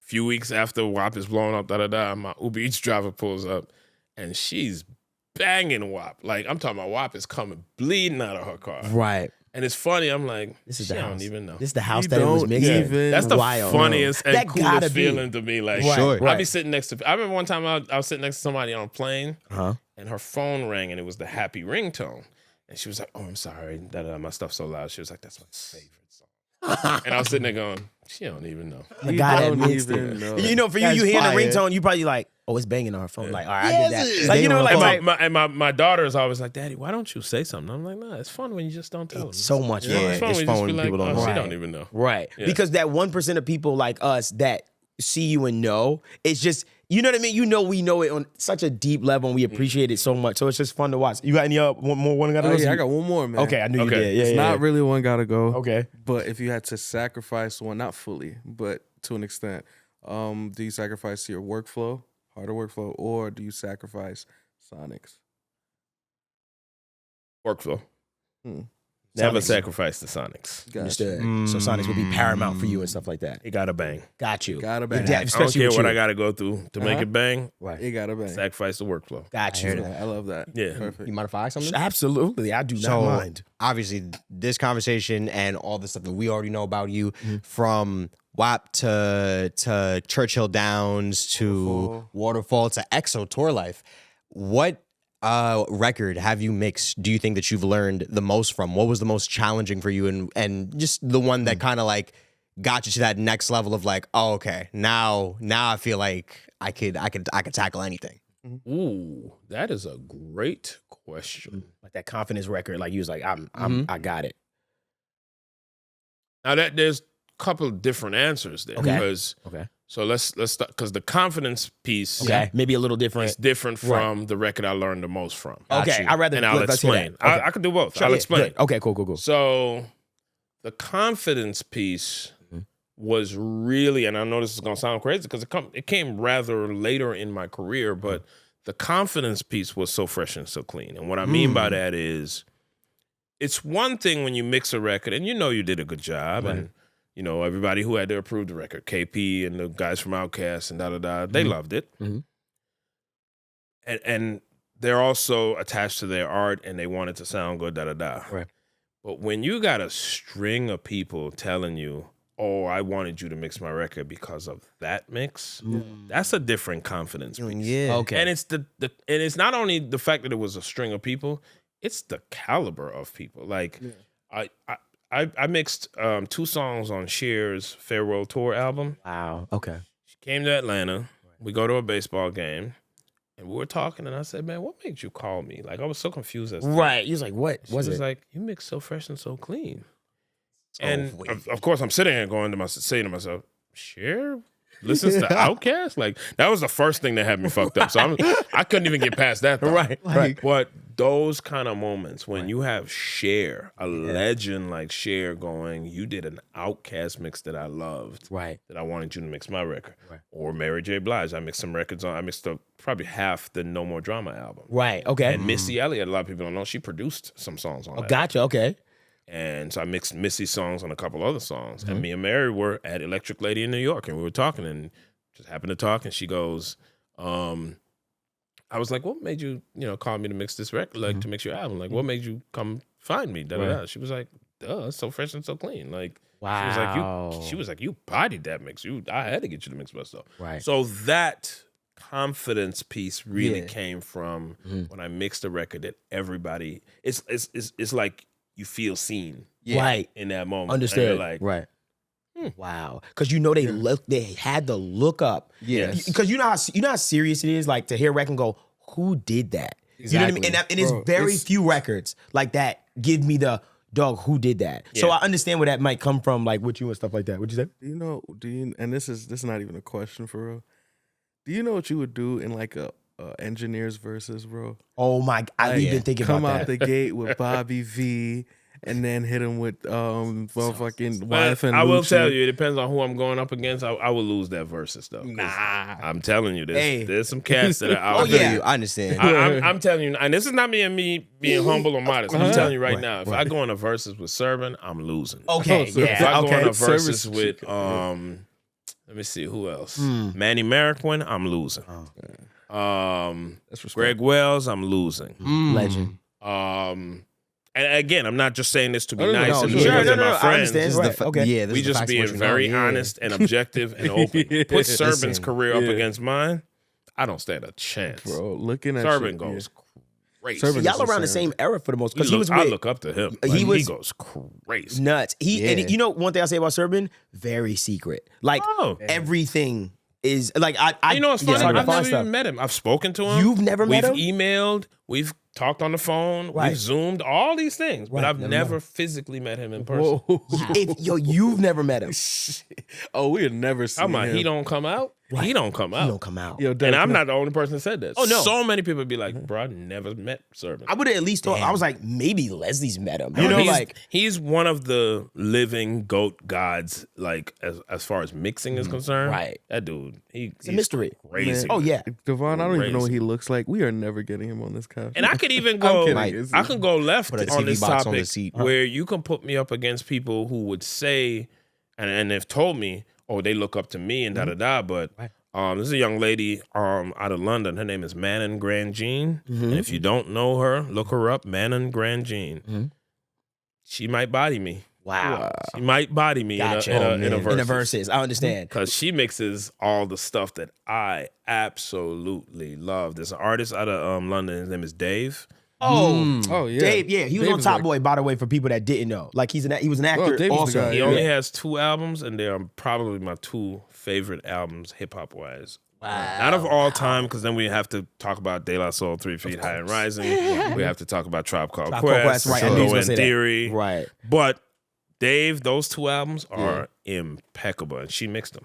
Wow. She mixes a lot of dope stuff. She lot, mixes right. Stormzy. A lot Oh, of his stuff. classic legend. Okay, cool. Man and cool. Grand Jean. If you don't know her, Man and look Grand her up. Jean. Man Oh. and Grand Jean. We got to get her on the pod. We got to figure that out. Yeah. She's a beautiful Yeah, but person. I ain't gonna lie, bro.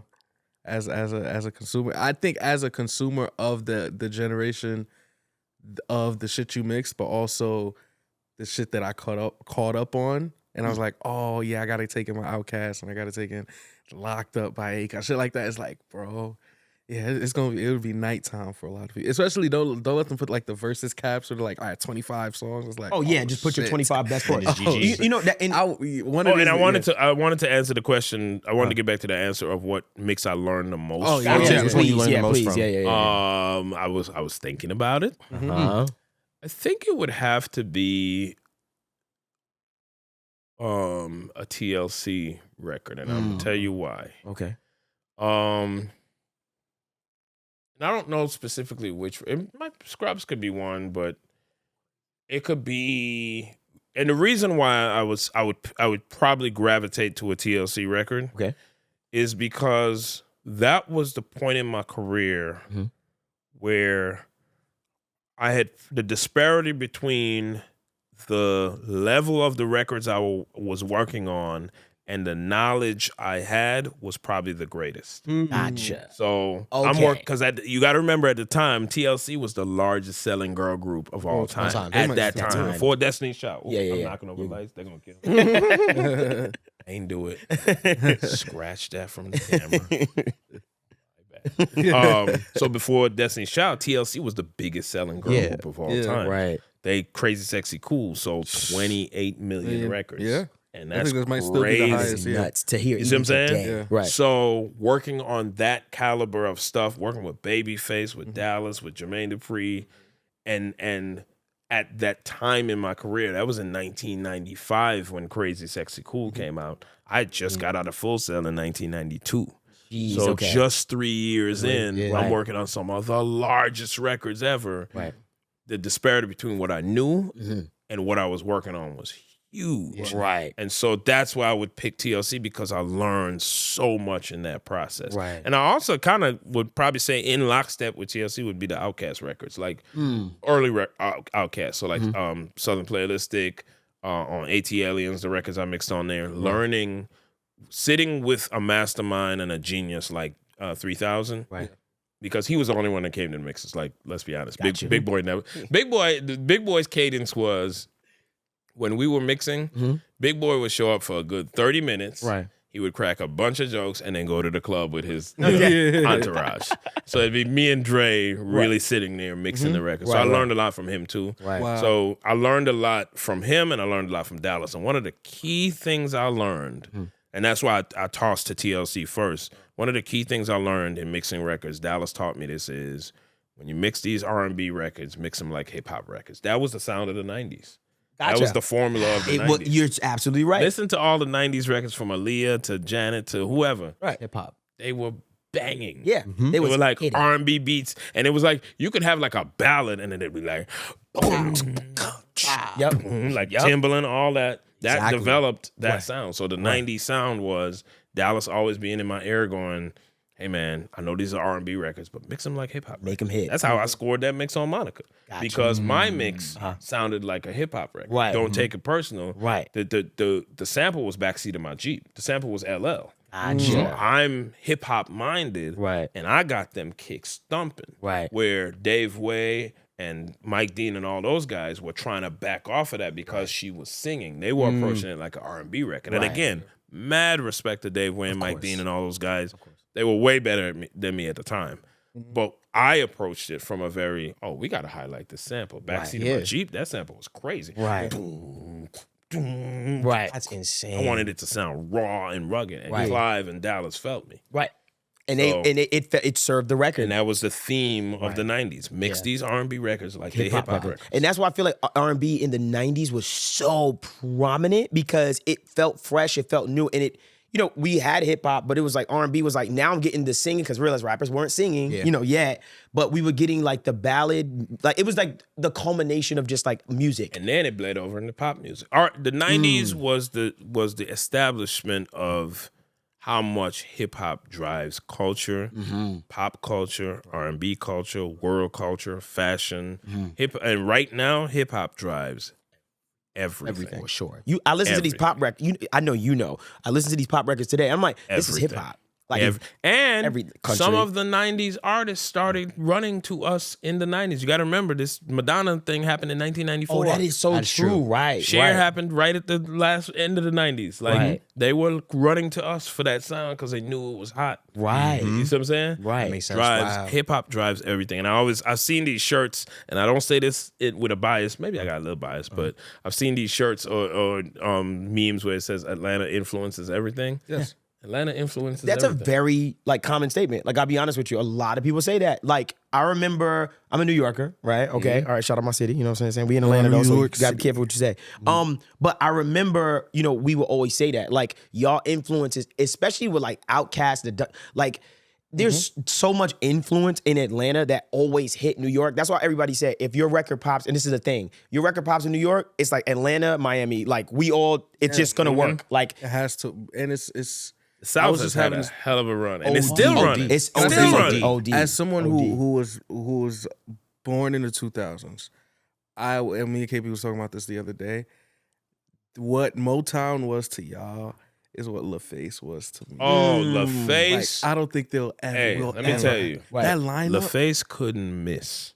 It was Even bad. their unpopular acts were platinum. Bro, what was I just telling? Did I talk to you about it? Like they had people LA. who, like A Few Good Men, sold a couple million. right. Most people don't even know who that group is. They A was lot of people buzzing. don't. Right. KP was telling me They went crazy. one of the people that wasn't a superstar at LaFace, but they thought had a top 3 LaFace album of all time, Donnell Jones. Yeah. Oh my gosh. That's what I'm trying to tell you. Bro, Their yes. roster was crazy, but I know why. I'm gonna tell you why, and I'm sure KP will tell you the same thing. I know why. It was no surprise to me why LaFace was so successful, and why very few record labels can emulate that kind of success. There's a few. I think Atlantic Records. I think Craig Kalman is one of those people that I'm about to speak about, where when you have the people making decisions at a label, and we can make this even a broader topic. Steve Jobs actually touched on this in one of his interviews.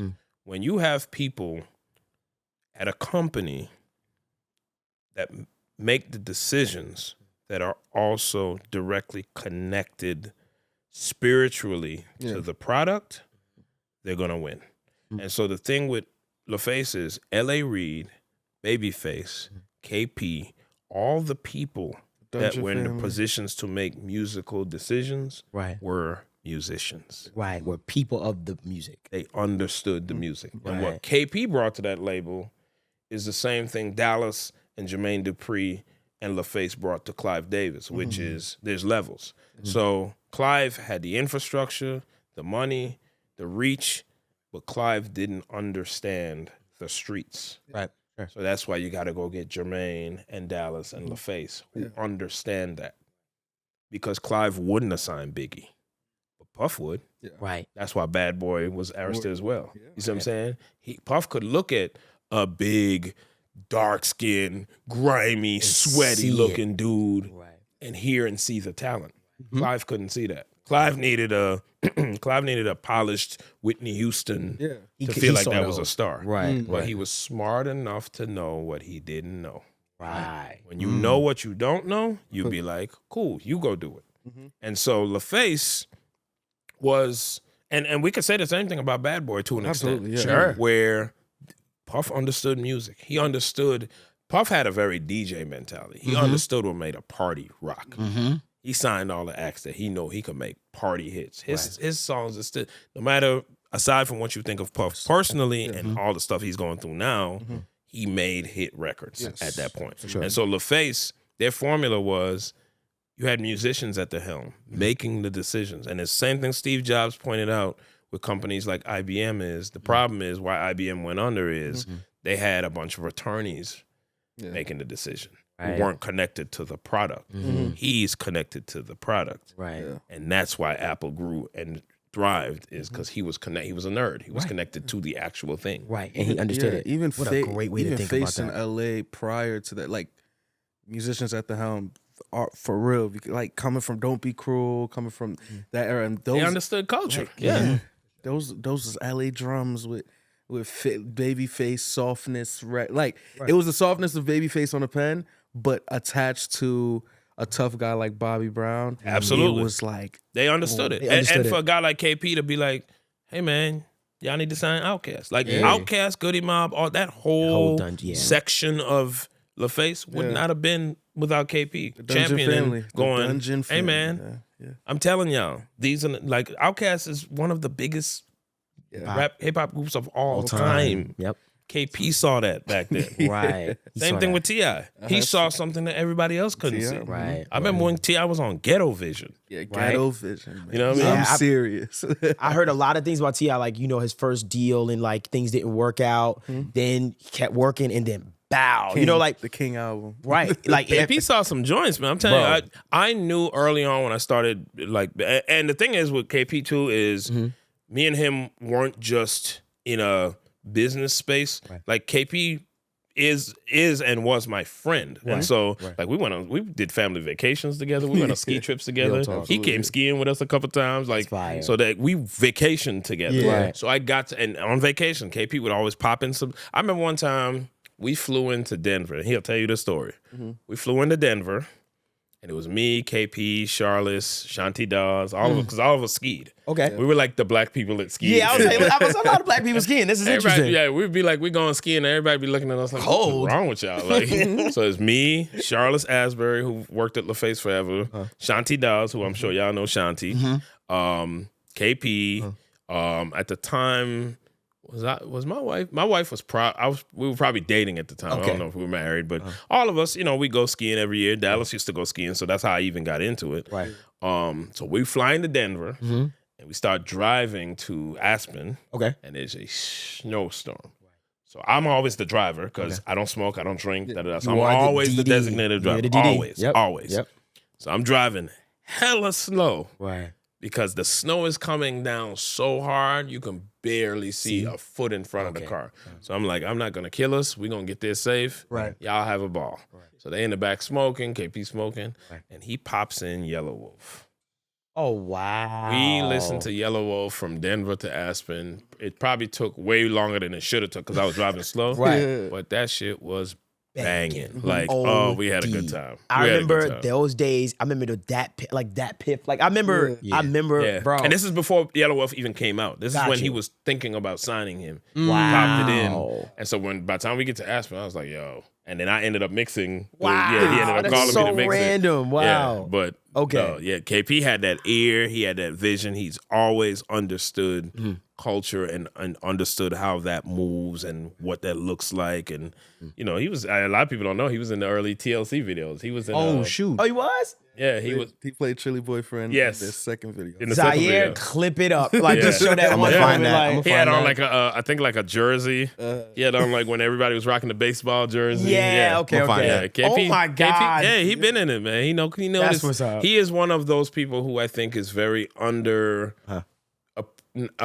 celebrated when it comes to Atlanta culture. Gotcha. There are people who I look at and I just be like, they are under celebrated. People like KP. Right. And Kilo and Jazzy Faye and there's a lot of Isaac Hayes. There's a lot of Atlanta music culture, and we know them. Right. But I'm saying when you do an Atlanta documentary, you got to really get in there and be do it like right.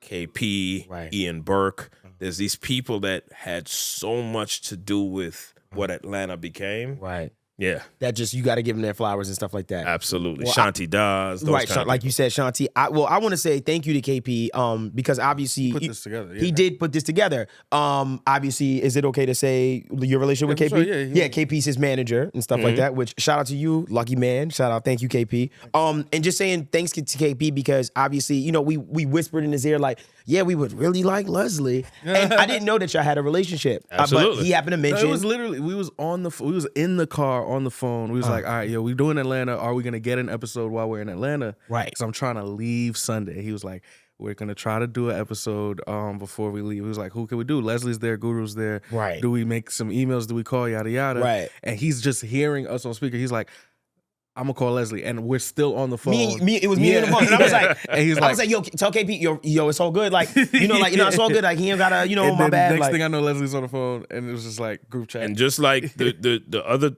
person you mentioned, KP and Guru, Yes. they are those kind of friends who, when they call me, we don't even got to know what the thing is. Like, what's right. the word? I'm already saying yes. Right.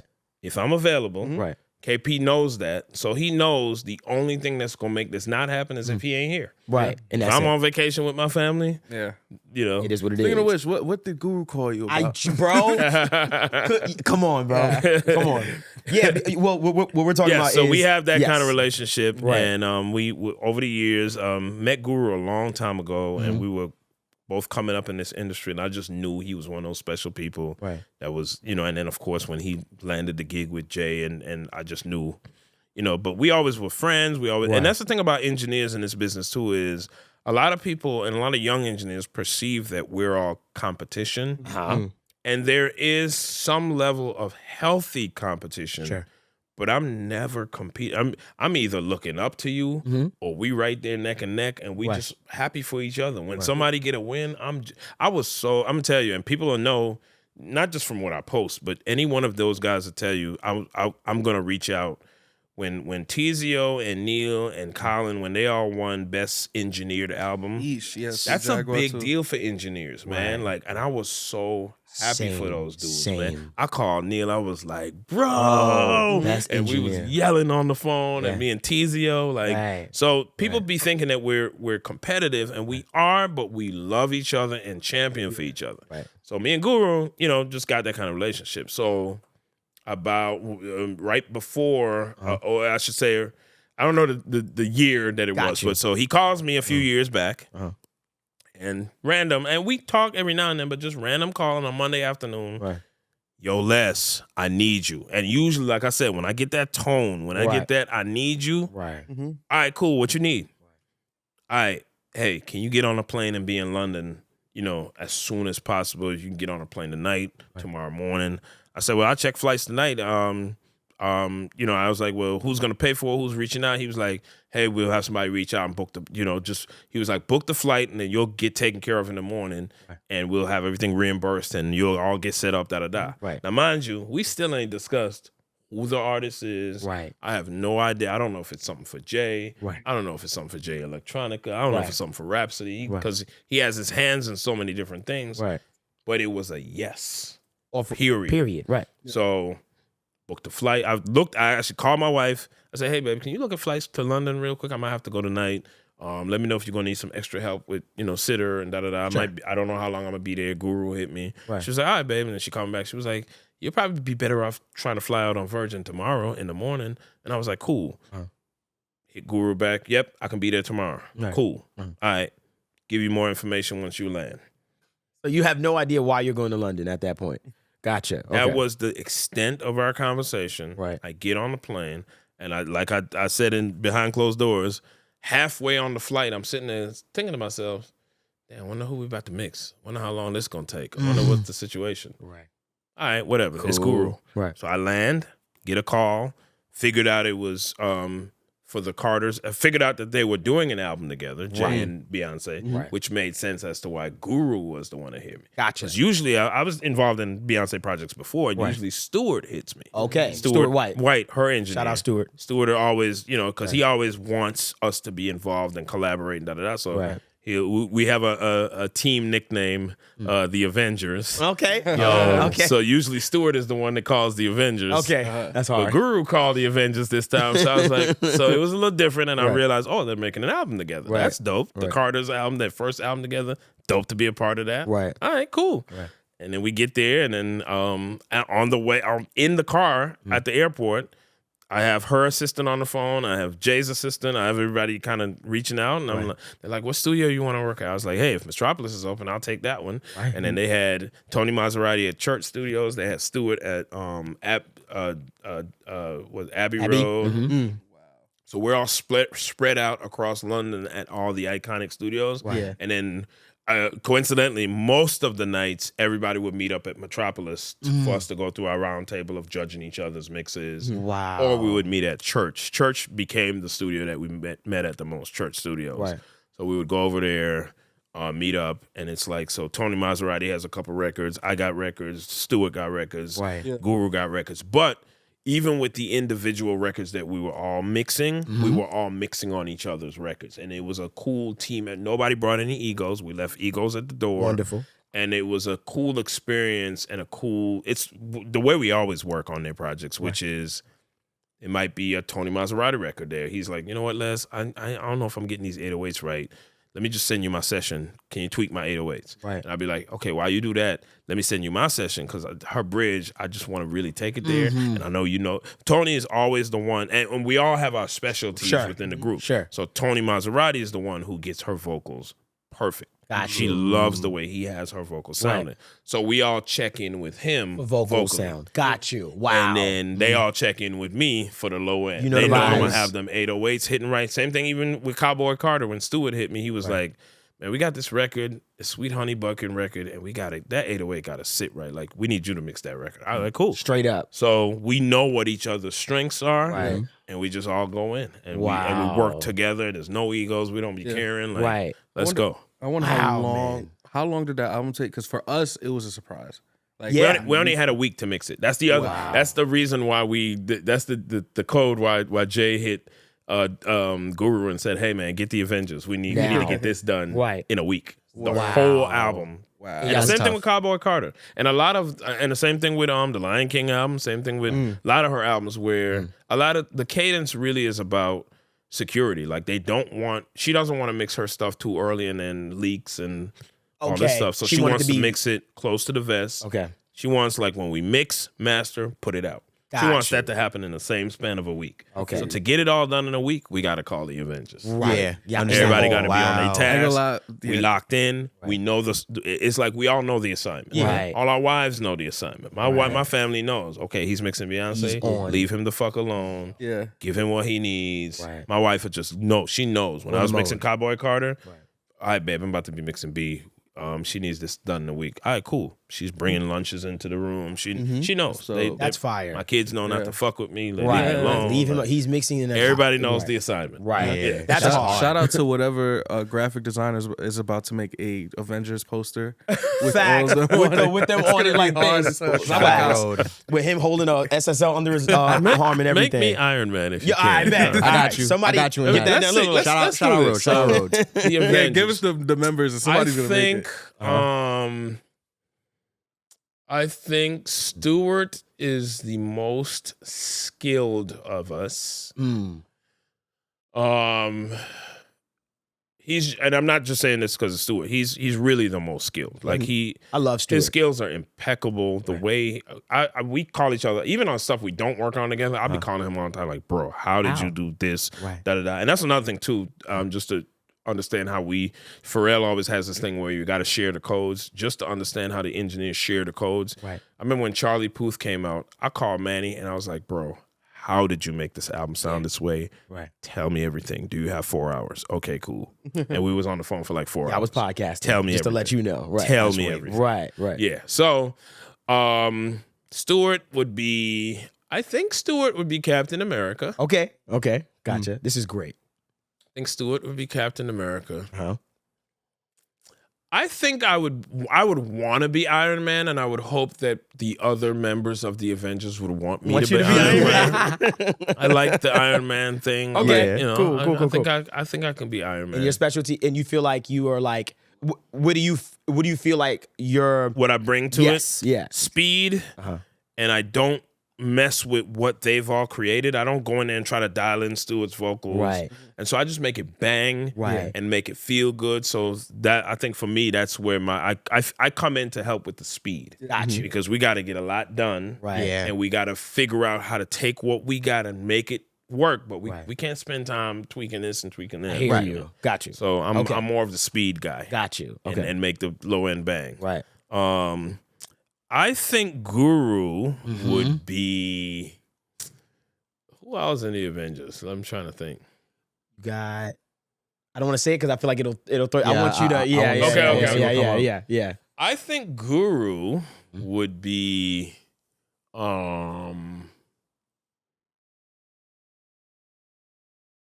Guru might be Thor. Wow. Okay.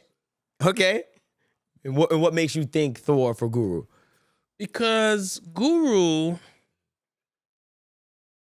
has this way of doing a whole lot. He does a lot of things. Mm-hmm.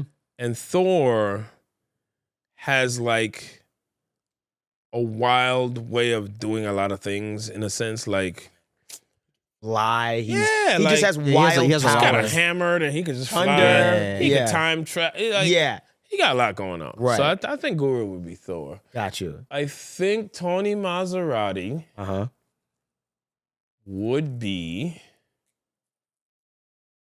Would he be? Tony would be.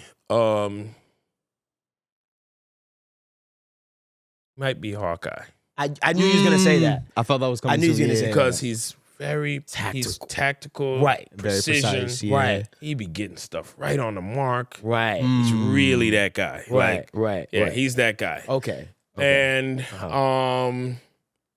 is that everybody? I think so. I think that's everybody. So it's Stewart, you, Guru, and Tony Maserati. And Yeah. that is the Avengers right The there. mixing to Avengers. get it done. This Fact. is wavy. I love every, that. Every now and then we could go into being different personalities. course. You know? Yeah, for sure. Somebody yeah, got to yeah. be Spider-Man at some point. Yo, he said somebody got to bring Spider-Man You know? in and we'll figure that out. Yeah, That's like Ben Thomas and Spider-Man. Yeah, Ben might be Spider-Man Ben with the- because he's young. He's Yep. like He's like super smart. Yeah. You see all the potential in the world with him. we might bring Ben in. Ben might be that. To be honest, Ben speaks really highly of you. Yeah. Like, cause I'm a nerd and I'll try to get information from everybody. Like, I'm like, so what is he doing? Like, for real. But he's just told me, like, how he came to Atlanta and, you told everyone, like, we're gonna mix this record together. Yeah. Kind of thing, or you're gonna do it, and how you gave him that opportunity. I think he brought it up at Mixnick. Shout out Wavy Wayne, by the way. As far as like mixing like the Just Wanna Rock and all the other stuff, and you giving him pointers like, yo, he got it. Like, Yeah, I'm big on the thing is, and it kind of goes back to what I was saying about the Dallas Austin or the Puffy thing as it relates to Clive Davis. What you got to understand is at a certain level, Clive isn't going to know that he needs to sign Biggie. right, But Puff will. Right. Clive isn't going to see Monica and be like, oh, I can make her a star because she looked rough. She's young. She's singing over this LL Cool J beat. right, Clive don't know what to do with that. Right. But Dallas does. And so I kind of play that same role in my world where Craig Kalman, the head of Atlantic, all they think of when they say, okay, it's time to mix Uzi is send it to Leslie. right. They're not going to be able to see the potential in a Ben Thomas. Gotcha. That's my job. Craig, hold on. You know what? I Just Wanna Rock sounds actually pretty good how it is. Right. They just need me to say that. Right. So when they going, okay, Leslie, mix Just Wanna Rock, or okay, Leslie, it's time for us to mix the Uzi album. Right. Well, hold on. Why don't we go through this process and listen to where things are now and decide what sounds great? Right. Just Wanna Rock? I don't need to touch that. Right.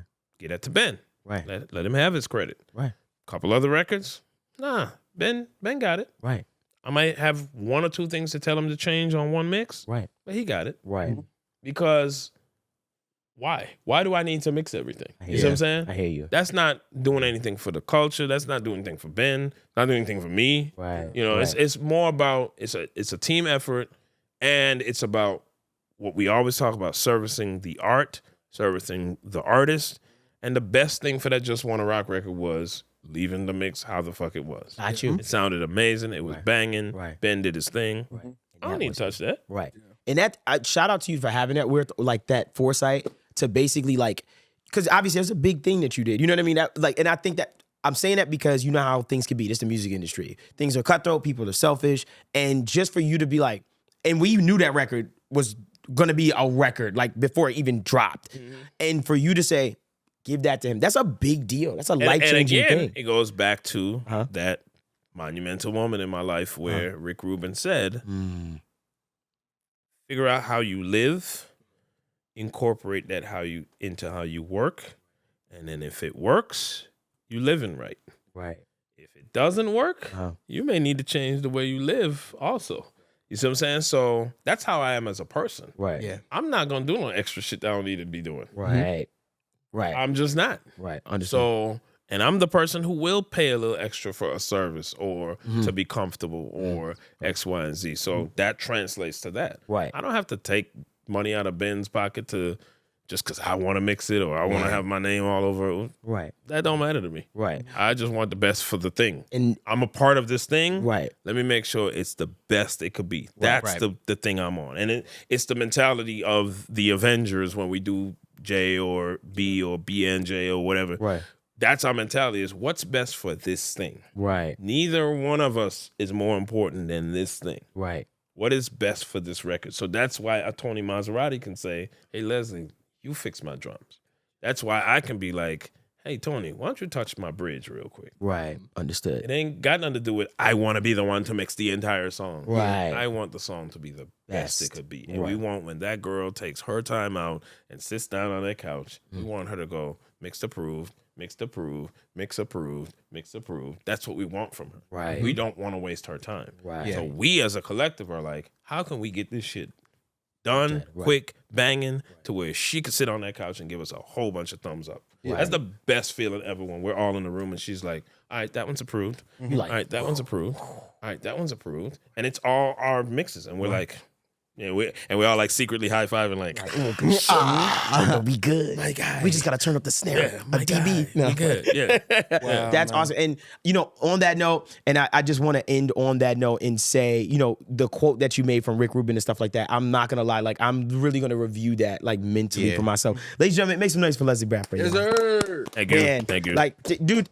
honestly, man, thank you so much just for being here, just giving us your time and stuff like that. Like, and I genuinely mean this because I said this to you when we was at Mixnick. I said, listen, when I first walked into Full Sail, obviously I'm very green with engineering. This is 2008, like when I graduated. So as soon as you walk into Full Sail, you know, I don't know who's who. I might know an engineer or two, and I walk in and it's a shrine. And they're like, these are the engineers. And I never forget, it was like Leslie Brathwaite. And I was like, damn, he's the guy, huh? Like, that's the guy. Like, and then they listen to your credits, the Grammys and stuff. And I'm just like, wow. So from the very beginning of my career, just my life in general is just as mixing and just, you know, getting into music, and to be able to actually physically, you know, sit and talk to you is genuinely, for me, bro, I just want to say a dream come true. So I appreciate you giving your time and stuff like that, man. It means a lot. I appreciate y'all having me on the pod. Yeah. It was amazing. It's fun. I love it. Yeah. We are all audio nerds. And Of course. Right. And that's Absolutely. it. And yeah, I'll take us out. Yes, sir. Okay, cool. So this has been the My Audio Nerds podcast, the podcast for audio nerds like yourself. Please make sure you comment, like, and subscribe. Remember, one lucky person in the comment section is going to get that VIP Gold Edition Rosetta EQ or compressor. Just leave a fire comment, which I know you're going to do, with your @name for Instagram. And also, you can become a paid member of the channel. For instance, the paid members already are seeing this episode. They've been saw it before you. So we appreciate that. It really helps support what we got going on. Also, our merch and things of that nature for our Diamond members is coming very soon. Give us about another week or two, and we'll give you that email and you'll figure that stuff out. But, ladies and gentlemen, one last time, clap it up for Leslie Brathwaite. Yes, sir. Woo! Thank you. Oh, Thank also, you. let's do a contest real quick, bro. What? Whoever does that, whoever gives us the best Avengers poster is getting the HMD Rosetta and EQ and compressor for free. That's a fact. And I'll throw in a Pro Tools license. Shout out Gaurav. Oh, yeah. We'll figure that out. Yes, but sir. yeah, give me that poster because I want that poster. Yeah, for sure. But this has been the My Audio Nerds podcast, y'all. We out of here.